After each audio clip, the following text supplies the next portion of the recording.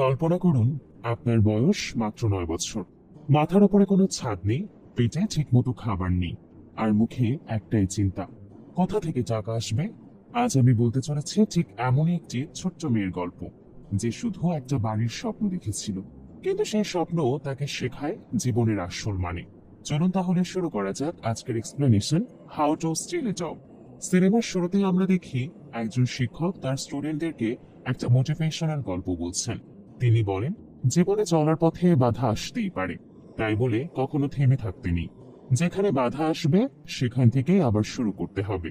জীবন গোলাপের মতো মসৃণ বা সুন্দর না, সেখানে থাকা বাধা, বিপত্তি, ঘাত প্রতিঘাত সবকিছু মিলিয়েই জীবন। তাই কখনোই হাল ছেড়ে দেওয়া উচিত না। ম্যামের কথাগুলো লাস্ট বেঞ্চে বসা জিসুর কাছে খুবই ফানি মনে হয়। সে মনে মনে ভাবছিল, ম্যাম, আপনি জীবনের কঠিন বাস্তবতা দেখেননি, তাই আপনার কাছে এসব সহজ মনে হচ্ছে।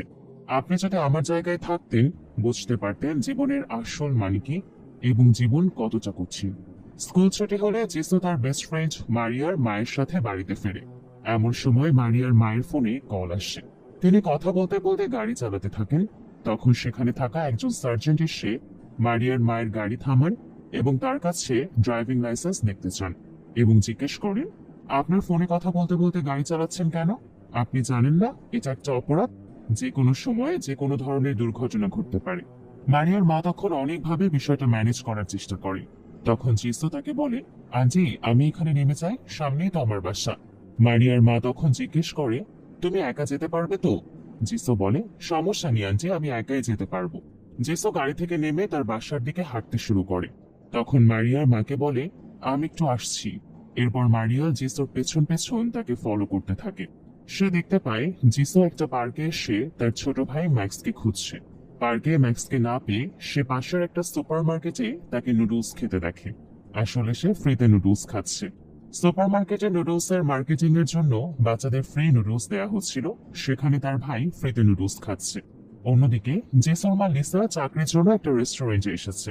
সেখানকার ম্যানেজার পেনি তাকে বলে, এটা শহরের সবচেয়ে বড় রেস্টুরেন্ট, এখানে যারা আসে তারা সবাই ভিআইপি, তাই তোমাকে তাদের সেভাবে ট্রিট করতে হবে, কোনো ধরনের ভুল করা যাবে না। তখন সেখানে রেস্টুরেন্টের মালিক সোফিয়া ছিল। তিনি পেনিকে লিসাকে দেখে জিজ্ঞেস করে, ওই মেয়ে যে এখানে কি করছে? পেনি বলে, আমাদের এখানে কাজের জন্য ইন্টারভিউ দিতে এসেছে, সে অনেক ভালো মেয়ে। তখন সোফিয়া বলে, তাকে আমার বেশ ভালো লেগেছে, তুমি তাকে রেখে দিতে পারো। জেসা তার ভাইকে সুপার মার্কেট থেকে বাড়িতে নিয়ে আসে।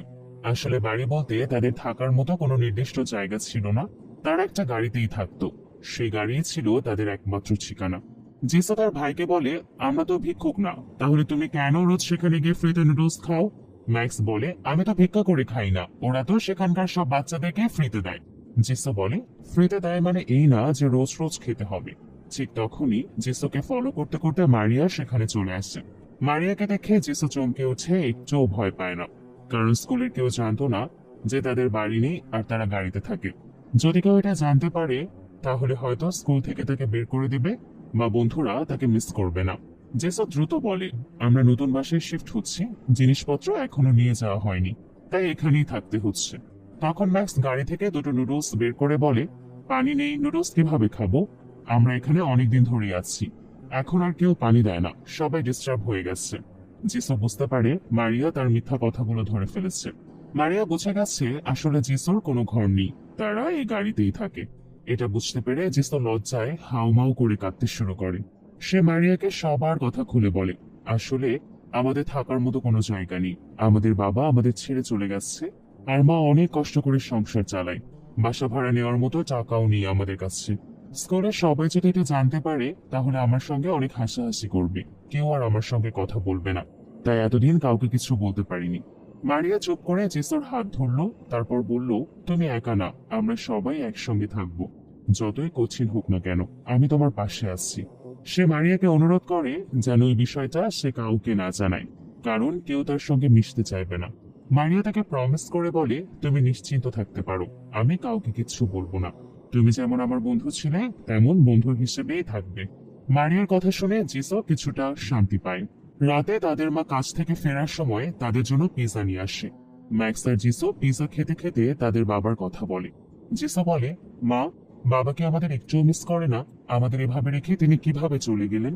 লিসা তখন রেগে যায় এবং বলে, আমি তোমাকে কতবার বলেছি তোমার বাবার কথা আমার সামনে কখনো বলবে না। যে লোকটা তার স্ত্রী সন্তানের কথা একবারও ভাবেনি, তার কথা তুমি আমার সামনে কখনোই বলো না। আর মন খারাপ করো না, পরের মাসে বেতন পেলে আমরা একটা নতুন বাসা ভাড়া নিব। তখন তোমাদের আর কষ্ট করতে হবে না। পরের দিন স্কুলে জিসা মন খারাপ করে মারিয়াকে বলে, আমাদের একটা বাসা থাকলে আর কোনো কষ্ট করতে হতো না। মারিয়া বলে, তুমি কি জানো একটা বাসা নিতে কত টাকা লাগে? কোনো আইডিয়া আছে? তারপর সে নিজেই বলে, সর্বনিম্ন 30 লাখ টাকা। তখন পাশ থেকে জিসর আরেক বন্ধু বলে হচ্ছে, তুমি ভুল জানো, বর্তমানে 50 লাখ টাকার নিচে কোনো বাড়ি পাওয়া যায় না। ক্লাস শেষ হলে জিসো মন খারাপ করে স্কুলের বারান্দায় বসে থাকে। তখন মারিয়া সেখানে আসে এবং বলে, তুমি মন খারাপ করো না, দেখো একদিন তোমাদেরও বড় একটা বাড়ি হবে। তুমি, তোমার মা আর ভাই সবাই খুব ভালো থাকবে। ঠিক তখনই তাদের শিক্ষক নিয়েও সেখানে আসে। তিনি জিসোকে বলেন, আগামী মাসে তো তোমার জন্মদিন, তাই না? তোমার জন্মদিনে আমরা সবাই তোমার বাড়িতে যাব, সেখানে তোমার জন্মদিন সেলিব্রেট করব। জিসো বলে, ঠিক আছে ম্যাম, আপনারা আসলে আমি খুবই খুশি হব। ম্যাম লিও তখন জিসোর মাকে সবকিছুর ব্যবস্থা করতে বলেন এবং সেখান থেকে চলে যান। মারিয়া তখন রেগে জিসোকে বলে, তুমি পাগল নাকি? তোমার এই ছোট্ট গাড়িতে সবাই কিভাবে যাবে? আর সবচেয়ে বড় কথা, সবাই তখন সত্যিটা জেনে যাবে। তখন কেউ আর তোমার সঙ্গে মিশতে চাইবে না, এমনকি স্কুল থেকেও তোমাকে বের করে দিতে পারে। জেসা তখন বলে, জন্মদিনের আগে যেভাবেই হোক একটা বাসা ম্যানেজ করতেই হবে, তা না হলে আমি আর কারো কাছে লজ্জায় মুখ দেখাতে পারবো না। স্কুল ছুটির পর জেসা মারিয়াকে নিয়ে কাছে থাকা একটি হাউস এজেন্সিতে যায়। সেখানে ঢুকেই তাদের চোখ চলে যায় নানা ধরনের বাড়ির বিজ্ঞাপনের দিকে। অনেকগুলো বাড়ির ছবি আর দাম লেখা ছিল দেয়ালে, কিন্তু জিসো আর মারিয়া দেখতে দেখতে বুঝতে পারে যে অধিকাংশ বাড়ির দাম তাদের সাধ্যের বাইরে, তাদের হাতে খুব কম টাকা, আর এই বাড়িগুলো অনেক বেশি দামের।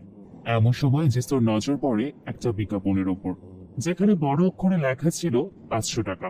সে খুবই খুশি হয়ে মারিয়াকে বলে, দেখো, অবশেষে একটা সস্তা বাড়ি পেলাম। আমরা হয়তো এখান থেকে নিতে পারবো।